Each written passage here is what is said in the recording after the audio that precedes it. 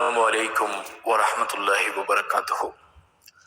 புகாரி மற்றும் முஸ்லிம் ஆகிய நபிமொழி தொகுப்பிலே பதிவு செய்யப்பட்டிருக்கிறது. இப்னு அப்பாஸ் ரலி அல்லாஹு அன்ஹு அவர்களிடம் முஹர்ரம் 10வது நாள், அதாவது ஆசுரா நோன்பு பற்றி வினவப்பட்டது.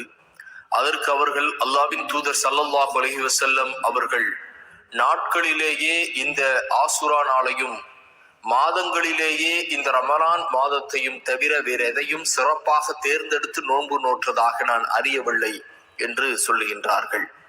அல்லாஹ்வுடைய தூதர் இந்த ஆசுரா நோன்பு நோட்பதற்கும் ரமலானுடைய காலத்திலே நோன்பு நோட்பதற்கும் மிகவும் சிறப்பாக தேர்ந்தெடுத்தார்கள் என்று இங்கே இப்னு அப்பாஸ் ரலியல்லாஹு அன்ஹு அவர்கள் சொல்லுகின்றார்கள். அருமை சகோதரர்களே, இந்த ஆசுரா நோன்பு என்பது 2 நாட்கள் நாம் நோன்பு நோக்க வேண்டும். அதாவது முஹர்ரம் 9வது நாள், 10வது நாள் ஆகிய 2 நாட்கள் நோன்பு நோக்க வேண்டும். இது குறித்து முஸ்லிமிலே 2088வது ஹதீஸாக இடம்பெறுகிறது.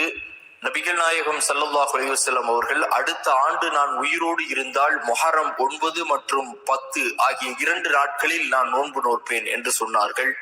ஆனால் அல்லாஹ்வுடைய நாட்டம், அவர்கள் அடுத்த ஆண்டு இறந்து விட்டார்கள். ஆகவே நாம் முஹர்ரம் 9 மற்றும் 10 ஆகிய 2 நாட்களில் நாம் நோன்பு நோற்றுக் கொள்ள வேண்டும். அது சிறப்புக்குரியதாக இருக்கின்றது.